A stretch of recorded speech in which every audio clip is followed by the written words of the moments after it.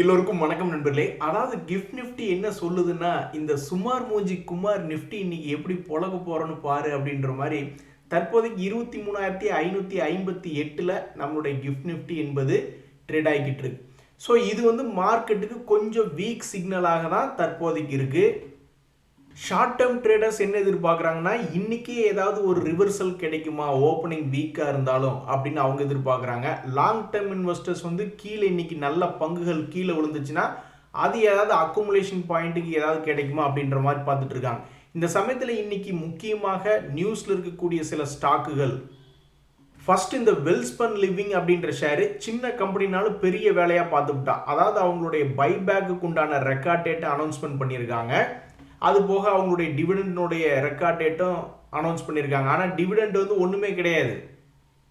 Dividend என்பது வெறும் 10 பைசா அப்படின்னு கொடுத்துருக்காங்க. பட் டிவிடெண்டுடைய சக்தி உங்களுக்கு தெரியுமில்ல. ஏதாவது டிவிடெண்ட் கொடுக்கக்கூடிய பங்குகள் பெருசாக கீழே விழுந்து கிடக்கையில் ரெக்கவரியாகி மேலே வரக்கு இந்த டிவிடெண்ட் அனௌன்ஸ்மெண்ட் என்பது ஹெல்ப் பண்ணும்.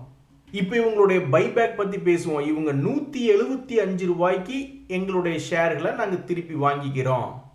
அவங்களுடைய பைபேக் சைஸ் வந்து 252 கோடி தான் நாங்கள் அதுக்கு பணம் ஒதுக்கியிருக்கோம். அதுக்குள்ளே நாங்கள் திருப்பி வாங்கிக்குவோம். இந்த சமயத்தில் இது 13,526 கோடி மதிப்பிலான கம்பெனி. எத்தனை பேர்த்தினுடைய பங்குகள் திருப்பி வாங்கப்படுகிறது அப்படின்றத பொறுத்து இருந்தால் பார்க்கணும். ஸோ தற்போதைக்கு 142 ரூபாயில் ட்ரேட் ஆகி கொண்டிருக்கக்கூடிய இந்த வெல்ஸ்பன் லிவிங் 175 ரூபாய்க்கு பைபேக் பண்ணிக்கிறாங்க. அதுக்குண்டான ரெக்கார்ட் டேட் மே 22. நண்பர்கள், இந்த ஷேர் பார்த்தீங்கன்னா 2021லேயும் நல்லா தான் சம்பாரிச்சு கொடுத்துருக்கு. 2022லையுமே ஒரு லோன்லேருந்து சம்பாரிச்சு கொடுத்துருக்கு. 2023லையும் சம்பாரிச்சு கொடுத்துருக்கு. 2024லையும் சம்பாரிச்சு கொடுத்துருக்கு. ஆனால் 2025 டு 2026 ஏனோ ஒரு காரணத்தினால ஒரு குறிப்பிட்ட ரேஞ்சுக்குள்ளேயே நின்றுட்டான். அவன் நின்றுக்கக்கூடிய ரேஞ்ச் அப்படின்னு பார்த்தீங்கன்னா ஒரு 40% ஏறுறதும், கரெக்டாக ஒரு 40% பக்கம் இறங்குறதும், மறுபடியும் 40% ஏறுறதும், கரெக்டாக இறங்குறதும், மறுபடியும் ஏறுறதும், மறுபடியும் இறங்குறதுமா இருக்கு. இப்போ இந்த நியூஸ் வரும்பொழுது இவன் கீழே இருந்திருந்தா ரொம்ப வசதியாக இருந்திருக்கும். ஸோ இந்த முக்கியமான பைபேக் நியூஸ் வந்திருக்கிறப்ப இந்த வெல்ஸ்பன் லிவிங் அடுத்தடுத்த நாட்களில் எப்படி இருக்கும் அப்படின்றதுனால இந்த ஸ்டாக் வந்து நியூஸில் வந்திருக்கு. இந்த சமயத்தில் ஐஆர்பி ஷேரில் ஒரு நல்ல தகவல். அதாவது இந்த ஐஆர்பி இன்ஃப்ரா என்பது சமீபத்தில் ஒரு 4 மாதத்தில் 20 ரூபாய்க்கும் 22 ரூபாய்க்கும் ஒரு 10%க்குள்ளேயே ஒரு 2 ரவுண்டு போயிட்டு வந்துட்டு இப்போ அடிவாரத்தில் கீழே வந்து விழுந்திருக்கக்கூடிய பங்காக இந்த ஐஆர்பி இன்ஃப்ரா என்பது இருக்கு. இவங்களுடைய பிஸ்னஸ் அப்டேட் இன்னைக்கு என்ன வெளியே விட்டுருக்காங்க அப்படின்ற மாதிரி பார்த்தீங்கன்னா, அவங்களுடைய associate company IRB infrastructure trust அப்படின்றது அவங்களுடைய ஒரு ப்ராஜெக்ட்டுக்கு டோல்கேட் கலெக்ஷன் ஸ்டார்ட் பண்ணிட்டோம். இதை நாங்கள் வந்து ரொம்பவுமே சந்தோஷமாக தெரிவிச்சுக்கிறோம். எக்ஸ்கியூஸ் மீ ஜென்டில்மேன், உங்களுக்கு சந்தோஷமாக தான் இருக்கும் அப்படின்ற மாதிரி. ஸோ புதிதாக வருமானம் ஏட் ஆகுது அப்படின்ற ஒரு செய்தி இந்த ஐஆர்பி இன்ஃப்ராஸ்ட்ரக்சர் அப்படின்ற ஷேருக்கு வந்திருக்கு. தற்போதைக்கு ஆல்மோஸ்ட் ஒரு 10% பக்கம் கீழே சரிவடைஞ்சு 1 மந்த் லோவில் ட்ரேட் ஆகி கொண்டிருக்கக்கூடிய ஒரு ஷேருக்கு இன்னைக்கு இப்படி ஒரு நியூஸ் என்பது வந்திருக்கு. நண்பர்களே, அடுத்தது இந்த ரெயில்டெல் ஆகட்டும், சமான் கேபிட்டல் அப்படின்ற ஷேர் ஆகட்டும், 2 பேருமே ரொம்ப வால்டிலிட்டியான ஷேர் தான். ரெயில்டெல் கூட சமீபத்தில் ரயில்வே துறையில் தான் இருக்கான். இருந்தாலும் ரொம்ப வால்டிலிட்டியான ஷேர். 240 ரூபாயிலிருந்து 320 ரூபா, அதாவது 40% பக்கம் சமீபத்தில் மேல் நோக்கி ஏறி அப்படியே இருக்கான். இந்த சமீபத்தினுடைய கிராஷில் பெருசாக பாதி தூரம் கூட இறங்கல. இப்படி இருக்கக்கூடிய இந்த ரெயில்டெல் அப்படின்ற ஷேரில் என்ன ஒரு தகவல் வந்திருக்கு அப்படின்னு பார்த்தீங்கன்னா, அவங்களுக்கு இந்த மாதிரி ஒரு 15 கோடி மதிப்பிலான ஆர்டர் கிடைச்சிருக்கு அப்படின்ற ஒரு அனௌன்ஸ்மெண்ட் கொடுத்துருக்காங்க. இது வந்து ஒரு சிறிய செய்தி தான், 15 கோடி ஆர்டர் அப்படின்றது. ஏன்னா அவங்க ஒரு 140 கோடி 60 கோடியெல்லாம் லாபம் பண்ணக்கூடிய ஷேர் தான். ஸோ இந்த மார்ச் குவார்டர்லி ரிசல்ட்ஸ் வந்து 1669 கோடி சேல்ஸ்னு மிகப்பெரிய ஒரு சேல்ஸ், சமீபத்தில் இல்லாத ஒரு சேல்ஸ். அதே மாதிரி சமீபத்தில் இல்லாத ஒரு லாபம் அப்படின்னு பண்ணியிருந்தாலும் இதுக்கு அதுக்குண்டான மரியாதை என்பது இப்போ வரைக்கும் கிடைக்கல.